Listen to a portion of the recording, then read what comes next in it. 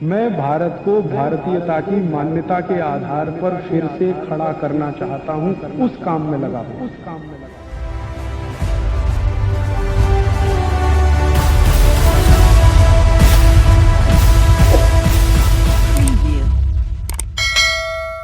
और एक काम हम करना चाहते हैं।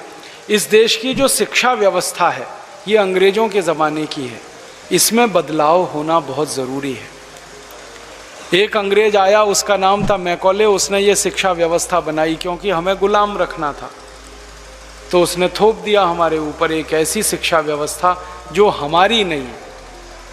इस शिक्षा व्यवस्था की सबसे बड़ी जो दोष है वो ये कि जो कुछ हम पढ़ रहे हैं वो हमारी ज़िंदगी में कभी काम नहीं आएगा, वो पढ़ रहे हैं। मैंने पढ़ाई की है और आज मैं ईमानदारी से कहता हूँ कि जितना पढ़ा है उसका 5% भी काम में नहीं आया, और मेरी तरह सबका यही हाल है। बहुत कुछ ऐसा पढ़ा जो काम का ही नहीं है। मैंने पढ़ाई की x + y² = x² + 2xy + y²। पढ़ाते हैं ना बच्चों को, मॉडर्न अलजेब्रा पढ़ाते हैं। बहुत पढ़ा मैंने ये। अब मैं सोचता हूँ कि इसका करूँ क्या मैं, काम तो नहीं आया मेरे। एक बार मैंने मेरे गणित के अध्यापक को कहा कि आपने मुझे x + y² पढ़ाया, खूब रटाया। मैंने रटा, इम्तहान में लिखा, 100 में से 99 नंबर भी लाया, लेकिन काम तो नहीं आया वो। तो टीचर कहता यार काम तो मेरे भी नहीं आया, मुझको किसी ने पढ़ाया, मैंने तुमको पढ़ाया, तो ये भेड़िया धसान क्यों चला रहे हो इस देश में? जो काम नहीं आ रहा उसको क्यों पढ़ा रहे हो?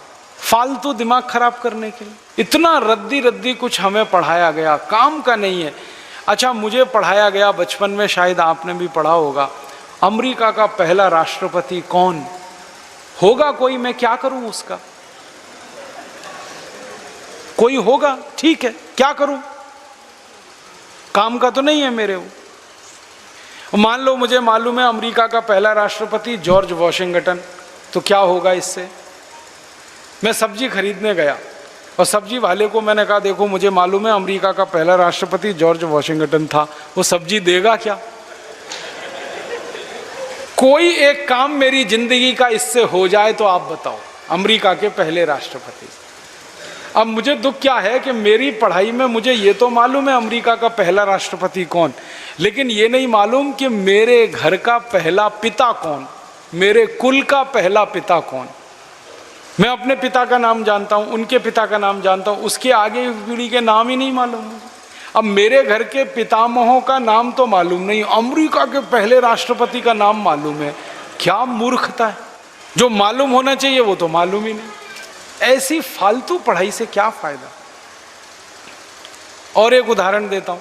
बचपन में मुझे पढ़ाया गया कनाडा की जलवायु क्या है, होगी, क्या करूं? कनाडा की जलवायु है, ठंडी पड़ती है, बर्फ़ गिरती है, बहुत ठंडी पड़ती है, बहुत बर्फ़ गिरती है, ये सब मुझे मालूम है, लेकिन करूं क्या?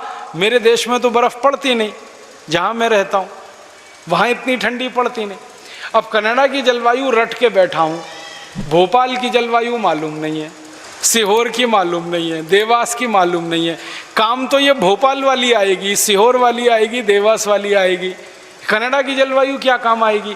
ये काम तब आएगी जब मैं कनाडा जाऊं या कनाडा मेरे घर में आए। दोनों में से एक ही स्थिति में काम आएगा, दोनों ही होने वाला नहीं है। ना कनाडा मेरे घर में आने वाला, ना मैं कनाडा जाने वाला, क्योंकि वीज़ा नहीं मिलेगा। तो क्यों फालतू में पढ़ के बैठा मैं कनाडा की जलवायु क्या, ब्रिटेन की जलवायु क्या, फ्रांस की जलवायु क्या? हमने अंतर्राष्ट्रीय ज्ञान तो बहुत ले रखा है और स्थानीय ज्ञान कुछ भी नहीं है हमको।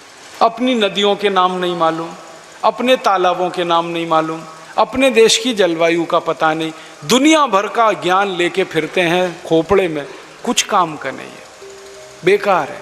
मैं आपको कहना ये चाहता हूँ कि जो स्थानीय ज्ञान होता है, लोकल नॉलेज, जिंदगी में हर पल वही काम आता है। तो पढ़ाई में वही ज्ञान हमें मिलना चाहिए, फालतू पढ़ाई का कोई मतलब नहीं है।